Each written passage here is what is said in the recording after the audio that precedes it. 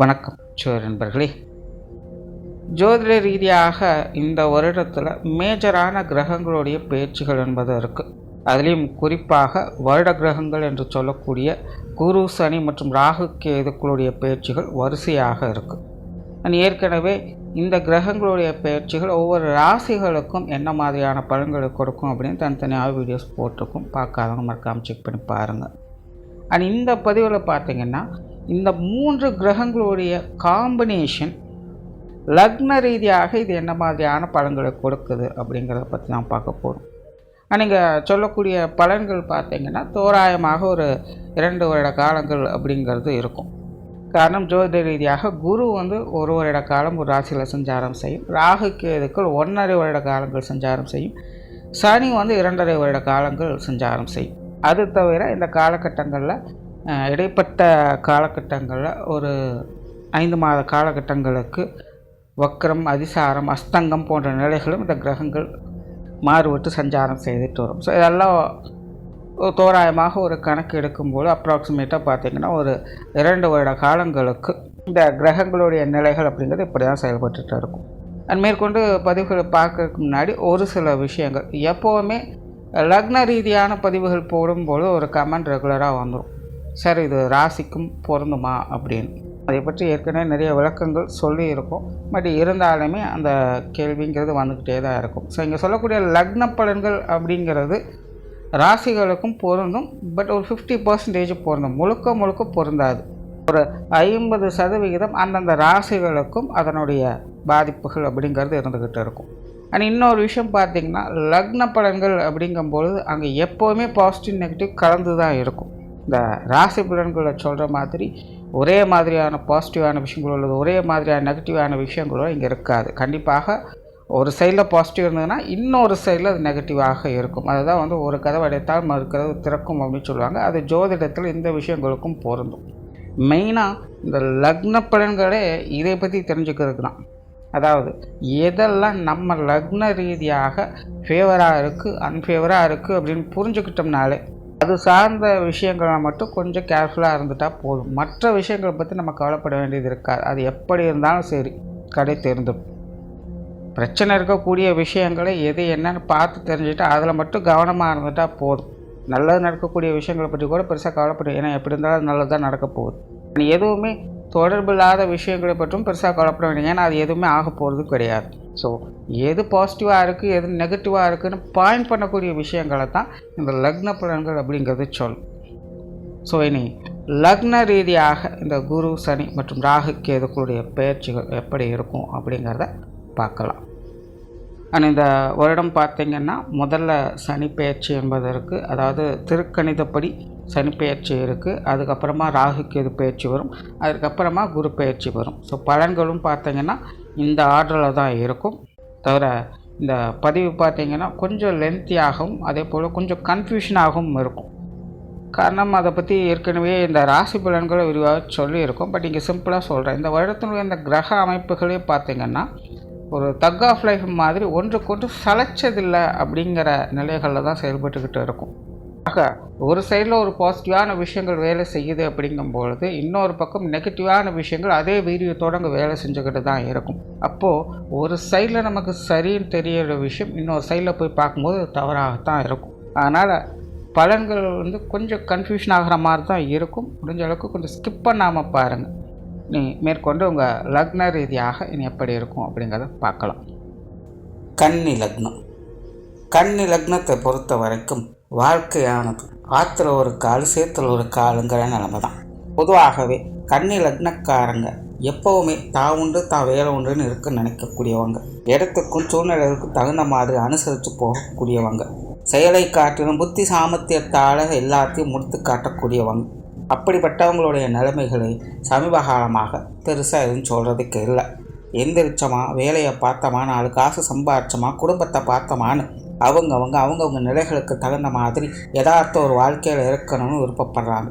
ஆனால் சம்பந்தம் இல்லாமல் வேலையில் போகிற ஓனான எதுலையோ விட்டுட்ட கதையாக தேவையில்லாத வம்பு சண்டைகள். யாரோ ஒருத்தங்க யார் மூலமாகவோ எங்கேயோ ஏதோ பிரச்சனை நடக்குது. ஆனால் அதில் நம்ம தலை உருளுது. நான் பாட்டுக்கு சிவனேனிய வேலையை பார்த்துட்ருக்கேன், எனக்குன்னே வருவீங்களா அப்படிங்கிற மாதிரியான சூழ்நிலைகள் தான். தேவையில்லாத பகையும் விரோதம் முன்ன பின்ன யோசிக்க கூட முடியறதில்ல. பல வருட காலமாக நல்லா தான் பழகிட்டு இருந்தாங்க. திடீர்னு இவங்களுக்கு என்ன ஆச்சு? இவங்களுக்கு நம்ம மேலே ஏன் இவ்வளோ கோவம்? ஏன் தேவையில்லாமல் நம்மளையே கட்டம் கட்டி சிக்க வச்சுட்டு இருக்காங்க? ஒன்றுமே புரியல. இப்படி தெரிஞ்சவங்க வந்தவங்க போனவங்கன்னு மற்றவங்களால் ஏற்படக்கூடிய பிரச்சனைகள்லேயே தலையை கொடுத்துட்டு பிறகு சரி பண்ணுறதுக்கு வாழ்க்கை நேரம் சரியாக இருக்குது. அதையும் மீறி எல்லாத்தையும் சரி பண்ணி கொஞ்சம் அமைதியாக உட்கார்ந்தாலும் கூட உடம்பு பிரச்சனை பண்ண ஆரம்பிச்சிடும். உட்கார்ந்தா எந்திரிக்க முடியல, எந்திரிச்சா நடக்க முடியலன்னு இப்படி தொட்டதமெல்லாம் உடம்புல பிரச்சனைன்னு சொல்ல வேண்டியதுதான். சரி, இதுக்கு மேலே விட்டால் எதுவும் தாக்க பிடிக்க முடியாது, மருத்துவர்கிட்டே பார்த்தலான்னு அங்கே போனால் அவர் 1008 டெஸ்ட் எடுத்துகிட்டு கடைசியில் ஒன்றும் இல்லை, எல்லாம் நல்லா தான் இருக்குன்னு திருப்பி அமைச்சிட்றாங்க. ஆக உடல்நலம் கெட்டு போய் பொருளாதாரம் கரைஞ்சு போய் அலைச்சலும் விரையும் மட்டும்தான் மிச்சமாக இருக்குது. வாழ்க்கையானது இப்படியே புரியாத புதிராக சலிப்பு தட்டு கொண்டே இருக்குது. தன்னை சுற்றி என்ன நடக்குதுன்னே புரியல. ஒரு 4-5 வருஷத்துக்கு முன்னாடியெல்லாம் இப்படி இல்லையே. இன்னமோ சின்ன சின்ன கஷ்ட நஷ்டங்கள் அப்படி இப்படின்னு வந்துட்டு தான் இருந்தது. ஆனாலும் அப்பெல்லாம் எல்லாத்தையும் கைக்குள்ள வச்சு சம்பாதிச்சுட்டு தான் இருந்தேன். ஆனால் இப்போதைய சூழ்நிலையெல்லாம் அப்படி இல்லை. எல்லாமே கட்டுக்கடங்காமல் கைமீறி போய்கிட்டே இருக்குது. நான் வேண்டான்னு ஒதுங்கி போனால் கூட பிரச்சனை வம்படியாக வந்து சேருது. என்ன பண்ணுறது? அப்பப்போ கொஞ்சம் கோயில் குளங்கள் இடம் மாதிரியான இடங்களுக்கு போய் மனசை தேத்திக்க வேண்டியதுதான். இப்படித்தான் கன்னி லக்னக்காரங்களுடைய வாழ்க்கை நிலை தலையும் புரியல வாழும் புரியலங்கிற சூழ்நிலை போய்கிட்டு இருக்கு. காரணம், கோச்சார அமைப்புகளில் கிரக அமைப்புகளானது ஏறுக்குமாறாக செயல்பட்டு வந்தது தான். லக்ன சப்தமஸ்தானத்தில் ராகுவும் கேதுவும் 6ஆம் இடத்துல சனியும் இருந்து படாத பாடுபடுத்தி எடுத்தாச்சு. அதாவது காரண காரியங்களோடு ஒரு சங்கடம் ஏற்பட்டாலும் கூட இன்னதுனால தான் இந்த பிரச்சனைகள் ஏற்பட்டதுங்கிறது புரிஞ்சு அதுக்கு தகுந்த மாதிரியான ஸ்டெப்ஸை எடுக்கலாம். ஆனால் இது ஏன் எதுக்குன்னே புரியறதில்ல. சம்மந்தம் இல்லாமல் திடீர்னு ஒவ்வொரு விஷயங்களாக முளைக்குது. நான் சரின்னா மற்றவங்க தப்புங்கிறாங்க, நான் தப்புன்னு சொன்னால் மற்றவங்க சரிங்கிறாங்க. எல்லாமே எதுவும் புரியாமல் ஏறுக்குமாறாகவே போய்கிட்டு இருக்கு. காரணம், கோச்சார அமைப்புகளே ஏறுக்குமாறாக தான் இருக்குது. ஆனால் 9ஆம் இடத்துல குரு இருந்து லக்னத்தையும் பார்த்துக்கிட்டு இருந்ததுனால எப்படியோ பிரச்சனைகளை எழுத்துப்படுத்தாவது சமாளிக்க வேண்டிய ஒரு சூழ்நிலை. வாழ்க்கையில் என்னென்ன விஷயங்கள் என்னென்ன மனிதர்கள் இப்படிப்பட்டவங்க தான் அப்படிங்கிற தெளிவான விளக்கத்தை கிடைக்கச் செய்தது. இது மட்டும் இல்லைன்னா கடைசி வரைக்குமே யார் நல்லவங்க யார் கெட்டவங்கிறதே தெரியாமல் போயிருக்கும். யார் வேஷம் போடுறாங்க யார் உண்மையாக இருக்காங்கங்கிறதே புரியாமல் போயிருக்கும். ஏதோ வாழ்க்கை நிலையில் இந்த மாதிரியான சூழ்நிலைகள் ஏற்பட்டதுனால உண்மை நிலவரம் என்னங்கிறது புரிய வந்தது. சரி, இப்போ புரிஞ்சாச்சு. இனி அடுத்ததாவது நீ எல்லாம் உருப்படியாக இருக்குமா, கிரகநிலை மாற்றங்கள் சுகத்தை கொடுக்குமா அப்படின்னு ஏக்கத்தோடு பார்க்க வேண்டிய சூழ்நிலை. சரி, இனி மேற்கொண்டு கன்னி லக்னக்காரங்களுக்கு இந்த வருட கிரகங்களுடைய நிலைகள் எப்படி இருக்குங்கிறத பார்க்கலாம். முதல்ல சனியினுடைய அமைப்பு. ஜோதிட ரீதியாக கிரகாதிபத்திய வகையில் சனியானவர் அசுப கிரகமாக கருதப்படும். அதுவே ஸ்தான பலங்களின் அடிப்படையில் சனியானவர் 5ஆம் இடத்திற்கும் 6ஆம் இடத்திற்கும் அதிபதியாக வரக்கூடியவங்க. ஆக இந்த சனியோட அமைப்பை பொறுத்த வரைக்கும் கன்னி லக்னக்காரங்களுக்கு எப்போவுமே பிள்ளையும் கிள்ளி விட்டு தொட்டிலையும் ஆட்டி விடுற கதை தான்.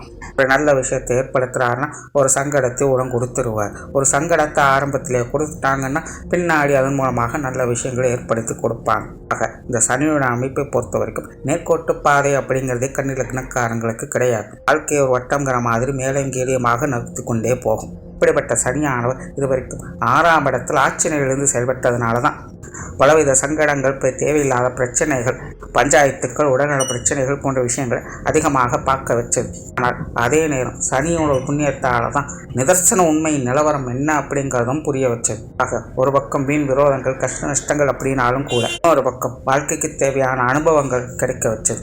அப்படிப்பட்ட சனியானவர் இனி உங்களுக்கு சப்தமஸ்தானத்தில் அடுத்த 2 வருட காலங்கள் சஞ்சாரம் செய்துட்டு வரும்.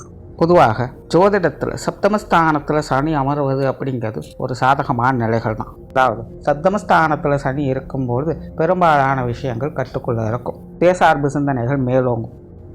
அதாகப்பட்டது சனி சப்தமத்தில் இருக்கும்பொழுது மற்றவங்க கையை எதிர்பார்க்க முடியாது. ஆனால் தன்னிச்சையாக செய்யக்கூடிய விஷயங்களில் முன்னேற்றங்களை கொடுத்துரும். தேவையில்லாமல் ஒம்பெழுத்து கொண்டிருந்தவங்களெல்லாம் இனி ஈஸியாக சமாளிக்கும். எல்லாம் கொஞ்சம் அடங்கி போவாங்க. வீண் விரோதங்கள் என்பது அகல ஆரம்பிக்கும். அதாவது யாருமே உடன்பட்டு வரமாட்டாங்க. நமக்கும் மற்றவங்க மேலே ஒரு தனி அபிப்பிராயங்கிறது ஏற்படாது. அதனால் மற்றவங்க சம்பந்தப்பட்ட விஷயங்களில் பொது வாழ்க்கையில் ஈடுபாடுகள் சற்று குறைவாக இருக்கும். ஆனால் அதே நேரம் முன்னாடி இருந்த மாதிரியெல்லாம் ஏன் எதற்குன்னு புரியாமல் குழப்ப நிலைகள் இருந்த விஷயங்கள் எல்லாமே இன்னும் கட்டுப்பாட்டுக்குள்ளே வரும். காரண காரியங்களோடு யார் என்ன இடத்துல வைக்கணுங்கிறத தெரிஞ்சு அறிஞ்சு புரிஞ்சு செயல்படக்கூடிய சூழ்நிலைகளை ஏற்படுத்தி கொடுக்கும். சுப விசேஷங்கள் சுப காரியங்கள் போன்ற நிகழ்வுகளை ஏற்படுத்தி கொடுக்கும். ஆன்மீக விஷயங்களில் ஈடுபாடுகளை அதிகரிக்கும். தொழில் மாற்றம் வேலை மாற்றங்கள் போன்ற விஷயங்களை எதிர்பார்க்க வைக்கும். அதாவது உங்களுக்கு இந்த மாதிரியான மாற்றங்கள் நடக்குமாங்கிறது தெரியாது, ஆனால் தனிப்பட்ட முறையில் நீங்கள் அந்த விஷயங்களை எதிர்பார்த்து கொண்டு இருப்பீங்க. ஜாதக ரீதியாக சிலருக்கு அது கைகூடலாம், ஆனால் சிலருக்கு அது யோசனைகள் மட்டுமே மேலோங்கி இருக்கும். வாடிக்கையாளர்கள் சம்பந்தப்பட்ட விஷயங்களில் சின்ன சின்ன சங்கடங்கள் ஏற்பட்டு சமாதானத்தையும் பெற்று வருவீங்க. மற்றவங்க தேவையிருந்து செயல்பட வைக்கும். அதாவது உங்களை நம்பி வரக்கூடியவங்களுக்கு உதவிகரமாக இருப்பீங்க. அதே நேரம் உங்களை எதிர்ப்பவர்கள் பலவீனப்பட்டு போக செய்வாங்க. ஆக இந்த சப்தம சனியால் மற்றவங்க வகையிலிருந்து வந்த போட்டா போட்டிகள் சங்கடங்கள் போன்ற விஷயங்கள் முழுமையாக விலக ஆரம்பிக்கும். அதே நேரம் சின்ன சங்கடம் என்னென்னா, மற்றவங்க வகையிலிருந்து எந்த ஒரு விஷயத்தையுமே எதிர்பார்க்க முடியாது. தானாக முயற்சி செஞ்சுன்னா எல்லா விஷயங்களுமே செய்ய முடியுமே இல்லாமல் மற்றவங்களுடைய உதவியை வச்சு காரியத்தில் இறங்குனா அது தேவையில்லாத கருத்து வேற்றுமையை தான் அதிகரிக்கும். ஆக மற்றவங்க சம்பந்தப்பட்ட விஷயங்களில் தேவையில்லாத சங்கடங்கள் விலகும், ஆனால் பெரிய அளவில் சப்போர்ட்டும் இருக்காது. இருக்கிறவங்க கிட்ட ஏதாவது உதவி கேட்டாலும் கூட எள்ளுன்னா என்னையா வந்து நிற்கிறேன்னு எரிச்சலாக்குவாங்க. நம்ம என்ன கேட்டோம், இவங்க என்ன செஞ்சிட்ருக்காங்க முதல்ல உங்களுக்கு புரியுதா புரியலையான்னு அவங்களுக்கே திரும்ப திரும்ப பாடம் எடுக்கிற மாதிரி சூழ்நிலைகள் தான் இருக்கும். மற்றவங்க வகையில் இந்த புரிந்துணர்வுங்கிறதே இருக்காது. ஆக கூட இருக்கிறவங்களெல்லாம் அனுசரித்து அரவணைத்து போக வேண்டிய சூழ்நிலைகள் என்பது இருக்கும். குடும்ப உறவுகளுக்குள்ள சின்ன சின்ன மனசங்கடங்கள் என்பது அவ்வப்போது வந்து போகும். அதுலேயும் குறிப்பாக கணவன் மனைவி உறவுகள் குழந்தைகள் சார்ந்த விஷயங்கள் எல்லாமே கொஞ்சம் போட்டா போட்டியாகத்தான் இருக்கும். எனக்கு அமைஞ்சதெல்லாம் எல்லாம் 7ஆம் பொருத்தமாகவே இருக்குங்கிற மாதிரி நம்ம ஒன்று சொல்ல அவங்க ஒன்று செய்யங்கிற எட்டிக்கு போட்டியான நிலைகளை தான் அதிகம் கொடுக்கும். இது எல்லாத்தையுமே அனுசரித்து சமாளித்து போக வேண்டிய சூழ்நிலை இருக்கும். இல்லை அப்படின்னா எரியிற தீயில எண்ணெய் ஊற்றுற கதை தான். ஏன்னா தனிப்பட்ட நிலையிலிருந்து பார்க்கும்போது அவங்களுடைய சூழ்நிலையும் என்ன ஏதுன்னு புரியாத ஒரு நிலைகளுக்கு சிக்கிட்டு இருப்பாங்க. ஒவ்வொரு விஷயங்களையும் 1க்கு 4 தடவை எடுத்து சொல்ல வேண்டிய சூழ்நிலைகள் தான் இருக்கும். அப்படி இல்லாமல் எடுத்தவங்கத்தோன்னு அவங்க விஷயங்களில் முடிவு பண்ணோம் அப்படின்னா அது நமக்கு தான் தேவையில்லாத சங்கடத்தை ஏற்படுத்தும். ஆக இந்த கணவன் மனைவி உறவுகள் குழந்தைகள் வகையெல்லாம் ரொம்பவுமே பொறுமையும் பக்குவம் தேவைப்படக்கூடிய ஒரு காலகட்டமாக இது அமையும். ஆக இந்த சனியுடைய அமைப்பை பொறுத்த வரைக்கும் கன்னி லக்னக்காரங்களுக்கு இதுவரைக்கும் இருந்து வந்த வீண் சங்கடங்கள் பகை போன்ற விஷயங்கள் எல்லாத்தையுமே குறைக்கும். உங்களை யாராவது எதிர்க்கிறாங்க அப்படின்னா அது அவங்களுக்கு தான் பிரச்சனையே இல்லாமல் உங்களுக்கு எந்த பிரச்சனையும் இல்லை, நீங்கள் அமைதியாக இருக்கலாம். ஆனால் அதே நேரம் அதே சனியோட விஷயத்தால் கூட இருக்கிறவங்களாகட்டும் அடுத்தவங்களாகட்டும் எந்த ஒரு சாதாரண உதவியை கூட எதிர்பார்க்க முடியாது. ஆக முடிஞ்ச அளவுக்கு யாரையும் எதிர்பார்க்காமல் உங்களுடைய விஷயங்களை நீங்களே செய்து வரும்போது அதற்கான நன்மைகளை கட்டாயமாக பார்க்க முடியும். அடுத்ததாக ராகு கேதுக்கள். பொதுவாக கிரகாதிபத்திய வகையில் ராகு கேதுக்களானது அசுப கிரகங்களாகவே சொல்லப்படுது. ஆனால் இன்றைய காலகட்டங்களில் அதாவது இந்த கலிகாலத்தில் எல்லாத்துக்குமே ஒரு அசுர வளர்ச்சி என்பது தேவைப்படுது. அப்படிப்பட்ட அசுர வளர்ச்சியை வாழ்க்கையில் கொடுக்கறது இந்த ராகு கேதுக்கள் தான். அப்படி பார்க்கும்பொழுது இந்த ராகு கேதுக்களுடைய நிலை இன்றைய காலகட்டங்களில் நிறைய பேருக்கு தேவைப்படத்தான் செய்யுது. அந்த வகையில் கன்னி லக்னத்திற்கு இந்த ராகு கேதுக்கள் எப்போவுமே சாதகமான நிலைகளை தான் வேலை செய்யும். குறிப்பாக பொருளாதார வளர்ச்சி, சமூகத்தில் நற்பெயர்கள், எல்லோரிடம் எளிமையாக பழகக்கூடிய குணம், ஆன்மீக விஷயங்களில் ஈடுபாடுகள், தான தர்ம புண்ணிய காரியங்களில் ஈடுபாடுகள் போன்ற நிலைகளை இந்த ராகு கேதுக்கள் தான் கன்னி லக்னக்காரங்களுக்கு ஏற்படுத்தி கொடுக்கும். அப்படிப்பட்ட ராகு கேதுக்கள் இதுவரைக்கும் லக்னபாவத்திலும் சப்தமஸ்தானத்திலையும் அமர்ந்து வாழ்க்கையில் பலவித ஏற்ற இறக்கங்களையும் கண்மூடித்தனமான மாயாஜாலங்களையும் காட்டி மனசை குழப்பி கொண்டிருந்தது. என்னதான் வாழ்க்கை நிலையான ஒரு பக்கம் சங்கடம் இருந்தாலும் அதை இன்னொரு பக்கம் சமாளித்துட்டு வந்தாலும் கூட தான் அதை எல்லாத்தையும் சமாளிச்சுட்டோமேங்கிற திருப்தி இருக்குமான்னு பார்த்தா அந்த திருப்தியை கொடுக்க விடாமல் தடை போட்டுட்டு இருந்தது இந்த ராகு கேதுக்கள். வீட்டில் பூச்சிகள் எப்படி வெளிச்சத்தின் மயக்கத்தால் கண்ணழிவை தானே தேடிக்கொண்டதோ அந்த மாதிரியே கன்னி லக்னக்காரங்களும் யார்கிட்ட பிரச்சனை ஏற்படுதோ அவங்களையே தேடி போக ஆரம்பிச்சிருப்பாங்க. காரணம், ஆரம்பத்தில் எது நல்லது எது கெட்டது, யார் நல்லவங்க யார் கெட்டவங்கிற நிலை புரியாதது. ஆனால் இப்போ புரிஞ்சிருக்கும். யார்கிட்ட எப்படி இருக்கணும், யாரை என்ன இடத்துல வைக்கணுங்கிறது இப்போ நல்லாவே புரிஞ்சிருக்கும். காரணம், இப்போ வரக்கூடிய இந்த ராகு கேதுக்களுடைய மாற்றம். இதுவரைக்கும் லக்னபாவத்திலும் சப்தமஸ்தானத்திலும் கேதும் ராகும் அமர்ந்து வந்த நிலையில் இனி அடுத்த 18 மாதங்களுக்கு 6ஆம் இடத்துல ராகும் 12ஆம் இடத்துல கேதுவும் அமரும். பொதுவாக ஜோதிடத்தில் 6, 12ஆம் இடங்களில் ராகு கேதுக்கள் அமர்றது அப்படிங்கிறது பெரிய அளவில் சிறப்பு வாய்ந்தது கிடையாது. காரணம், காரணம், இந்த 6, 12ஆம் இடங்களில் ராகு கேதுக்கள் வரும்பொழுது தேவையில்லாத விரயங்கள், பண இழப்புகள் அதிகரிக்கும். பொருளாதார நிலையில் கலனத்தன்மை அதிகரிக்கும். 1க்கு 2 பணம் கிடைக்குதுன்னு நினச்சி காசை கரியாக்குனது மிச்சங்கிற நிலையை ஏற்படுத்தும். இது ஒரு பக்கம்னா, இன்னொரு நிலையில் ஆன்மீக வாழ்க்கை, தனிமை சார்ந்த விஷயங்கள், தத்துவ நெறி சார்ந்த விஷயங்கள்ல ஆர்வம்னு புற வாழ்க்கையை ஒதுக்கிட்டு அக வாழ்க்கைக்குள்ளே போகக்கூடிய சூழ்நிலைகளை ஏற்படுத்தும். ஆக இந்த 6, 12 வரக்கூடிய ராகு கேதுக்களால் பொருளாதாரம் கசக்கும், ஆன்மீகம் இனிக்கும். ஆனால் இந்த முறை வரக்கூடிய அந்த ராகு கேதுக்கள் கன்னி லக்னக்காரங்களுக்கு முழுவதுமாக அப்படி வேலை செய்ய போகிறது கிடையாது. என்னதான் அவங்களுடைய பொருளாதார நிலைகளை ஏற்ற இறக்கங்களை ஏற்படுத்தினாலும் கூட அபரிவிதமான பொருள் வரவையும் அந்த ராகு கேதுக்கள் தான் கொடுக்க போகுது. உண்மையிலே கன்னி லக்னக்காரங்களுக்கு அவங்களுடைய பொருளாதார வாழ்க்கையில் அதிர்ஷ்டம் பெறக்கூடிய நிலைகளை இந்த ராகு கேதுக்கள் ஏற்படுத்தும். ஆரம்பத்திலே சொன்ன மாதிரி பொருளாதார நிலைகளில் அசுரத்தனமான வளர்ச்சியை எல்லாருமே எதிர்பார்க்குறாங்க. அப்படிப்பட்ட நிலைகள் யாரோ சிலருக்கு மட்டும்தான் கிடைக்கும். அதுவும் குறிப்பிட்ட காலத்துக்கு மட்டும்தான் கிடைக்கும். அப்படிப்பட்ட ஒரு காலகட்டம் கன்னி லக்னக்காரங்களுக்கு இப்போதைக்கு வரும். ஆக அடுத்த 18 மாதங்களுக்குள்ள ஏதோ ஒரு வகையில் தாராளமாக உங்கள் கையை நிரப்பக்கூடிய வகையில் பொருளாதார வளர்ச்சி என்பது திடீர்னு இருக்கும். ஆக அப்படி கிடைக்கக்கூடிய அந்த சந்தர்ப்பத்தை சரியான முறையில் பயன்படுத்திக்கங்க. ஏன்னா ராகு கேதுக்களை பொறுத்த வரைக்கும் எப்போவுமே நான் சொல்கிறது அது காட்டுமே தவிர ஊட்டாது. இருக்கிற மாதிரி கொடுத்துட்டு பின்னாடி பிடுங்கிட்டு போயிடுவாங்க. ஆக கிடைக்கும் பொழுது அது சரியான முறையில் பாதுகாத்து வச்சுக்கோங்க. அது உங்களோட திறமை தான். ஆனால் கிரகநிலைகள் மாற்றங்களால் திடீர் அதிர்ஷ்ட யோக வாய்ப்புகள், அதுவும் குறிப்பாக இந்த பொருளாதார நிலைகளில் ராகு கேதுக்களால் உங்களுக்கு பெரிய நல்ல சந்தர்ப்பத்தை ஏற்படுத்தி கொடுக்கும். அதை பயன்படுத்திக்கோங்க. அதே போல் பொது வாழ்க்கையில் ஈடுபாடுகளை இந்த ராகு கேதுக்களும் உங்களுக்கு கொஞ்சம் குறைக்கத்தான் செய்யுது. உற்றார் உறவினர்கள், நண்பர்கள் இன்னும் பெருசாக யாரும் நம்புறதுக்கு இல்லை. எல்லாருமே கொஞ்சம் பட்டும்படாமலும் தான் இருப்பாங்க. அவங்க சார்ந்த விஷயங்கள் மனசுக்கு எதுவும் பிடிக்காது, புத்தி ஒத்துக்காது. இவங்க சம்பந்தப்பட்ட விஷயங்கள் எல்லாத்துலேயுமே சூழ்நிலைகளுக்கு தகுந்த மாதிரி பட்டும்படாமலும் தான் இருந்துட்டு வருவீங்க. அப்படி இருப்பதே நல்லது. அடுத்ததாக குருவினுடைய அமைப்பு. கிரகாதிபத்திய வகையில் குருவானவர் முழு சுபகிரகமாக கருதப்படுறாங்க. லக்ன ரீதியாக பார்க்கும்பொழுது குருவானவர் கன்னி லக்னத்திற்கு 4ஆம் இடத்திற்கும் 7ஆம் இடத்திற்கும் அதிபதியாக வரக்கூடியவங்க. இப்படிப்பட்ட குரு இதுவரைக்கும் 9ஆம் இடத்துல சஞ்சரித்து வந்த நிலையில் இனி உங்களுடைய லக்னத்துக்கு 10ஆம் இடத்திற்கு அடுத்த ஒரு வருகாலம் சஞ்சாரம் செய்துட்டு வருவாங்க. பொதுவாக 10ஆம் இடத்துல குரு அமர்றது என்பது புற வாழ்க்கை சார்ந்த விஷயங்களில் ஈடுபாடுகளை குறைக்கும், புண்ணிய சார்ந்த வேலைகளில் ஈடுபாடுகளை அதிகரிக்கும், புத்தி ஞானத்தை வளப்படுத்தும், வாழ்க்கையில் நல்லது எது கெட்டது எதுங்கிறத புரிஞ்சு அனுசரித்து எல்லா விஷயங்களும் செயல்பட வைக்கும், தொழில் வேலை உத்தியோகமாக மாற்றங்களை ஏற்படுத்தும், சுயநலம் இல்லாமல் செயல்பட வைக்கும். குறிப்பாக இந்த காலகட்டங்களில் கன்னி லக்னக்காரங்க உங்களுக்குன்னு நீங்கள் எதுவும் செஞ்சுக்க முடியாது. கஷ்டப்பட்டு உருப்படியாக ஒரு 10 ரூபா சம்பாதிக்கலாம், அதில் எந்த பிரச்சனையும் கிடையாது. ஆனால் சம்பாதிச்சு அந்த 10 ரூபாவில் 10 காசாவது உங்களுக்கு செலவு பண்ணுறீங்களான்னு பார்த்தா கண்டிப்பாக இருக்க போகிறது. ஒன்று உங்களை சார்ந்தவங்க, உங்களை நம்பியவங்க, உங்கள் குடும்பத்தார், கூட வேலை பார்க்குறவங்க, வந்தவங்க போனவங்க, தெரிஞ்சவங்க தெரியாதவங்கன்னு இப்படி மற்றவங்களுக்காகவே எல்லாத்தையும் செலவு பண்ண வேண்டிய சூழ்நிலை. அதையும் மீறி வீண் செலவுகளும் விரைவுகளும் கட்டுப்படுத்தி 10 ரூபா எடுத்து வச்சாலும் கூட அவளுக்காக ஏதாவது ஒரு விஷயங்கள், ஏதாவது ஒரு காரியத்துக்கு செலவு பண்ண வேண்டிய சூழ்நிலை தானாகவே வந்தாமை. ஆக இங்கே தெரிஞ்சுக்க வேண்டியது என்னென்னா, 10 ரூபாய்க்கு காசு சம்பாதிக்கிறது எந்த பிரச்சனையும் கிடையாது. ஆனால் அது உங்களுக்காக பயன்படுத்திக்க முடியாது. உருப்படியாக ஏதாவது ஒரு விஷயங்களுக்கு பயன்படுத்துங்க. வெட்டு செலவுகள் செஞ்சு விரயமாக்கிக்காதீங்க.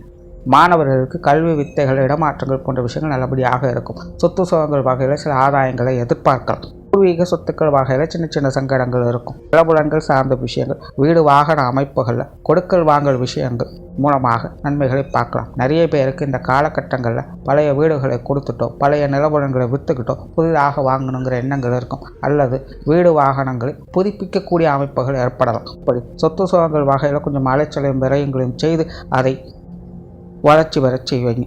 இப்படி சொத்து சுகங்கள் வகையில் ஒன்றை கொடுத்து ஒன்றை பெறுவது என்ற நிலைகளில் நன்மையை ஏற்படுத்தும். குடும்ப விஷயங்கள், காரியங்களில் வரக்கூடிய சங்கடங்களை போக்கும். முடிஞ்சளவு குடும்பத்துக்குள்ள வீண் விவாதங்களை தவிர்த்துக்காங்க. பேச்சை வளர்க்காமல் இருந்தாலே பாதி பிரச்சனைகளை சரி பண்ணிக்கலாம். உடல்நல முன்னேற்றங்களை ஏற்படுத்தும். பல நாள் வைத்தியம் பார்த்து புரியாத பிரச்சனைகளை கூட சரி பண்ணும். வழக்குகள் சார்ந்த விஷயங்களில் எதிர்பாராத திருப்பங்களை ஏற்படுத்தி ஆனந்தத்தை கொடுக்கும். தான தர்ம புண்ணிய காரியங்களில் ஈடுபட வைக்கும். ஆலய திருப்பணிகள் போன்ற விஷயங்களில் ஈடுபட வைக்கும். தொழில் வேலை உத்தியோக ரீதியாக சின்ன சின்ன மாற்றங்கள் மூலமாக முன்னேற்றங்களை பெற்று வருவீங்க. வாடிக்கையாளர்கள் சார்ந்த விஷயங்களில் சுமூக தன்மைகளை ஏற்படுத்தும். பங்குதாரர்கள் வகையில் சின்ன சின்ன சங்கடங்கள் ஏற்பட்டாலும் அதை சமாளிக்கக்கூடிய திறனை ஏற்படுத்தும். ஆக கன்னி லக்னத்தை பொறுத்த வரைக்கும் வருட கிரகங்களான குரு, சனி மற்றும் ராகு கேதுக்களுடைய நிலையானது தனிப்பட்ட வாழ்க்கை முறைகளில் நல்ல வளர்ச்சியை ஏற்படுத்தும். நான் மற்றவங்க சம்மந்தப்பட்ட விஷயங்களில் தலையிடாமல் இருப்பது சிறப்பு. ஆல்ரெடி எல்லா சூழ்நிலைகளுமே அங்கே இங்கேன்னு எரிந்து கொண்டு தான் இருக்குது. மேற்கொண்டு எரியறதுல எண்ணெய் ஊற்றாமல் அமைதியாக இருந்தாலே தானாக எரியறது அடங்குங்கிற சூழ்நிலை தான் கன்னிலக்னக்காரங்களுக்கு. ஆக கொஞ்ச நாளைக்கு எதிலும் தலையிடாமல் தான் உண்டு தான் வேலை உண்டுன்னு இருக்கிறத பார்த்துக்கிட்டு அமைதியாக இருக்கிறது சிறப்பு. நன்றி, வணக்கம், வாழ்க வளமுடன்.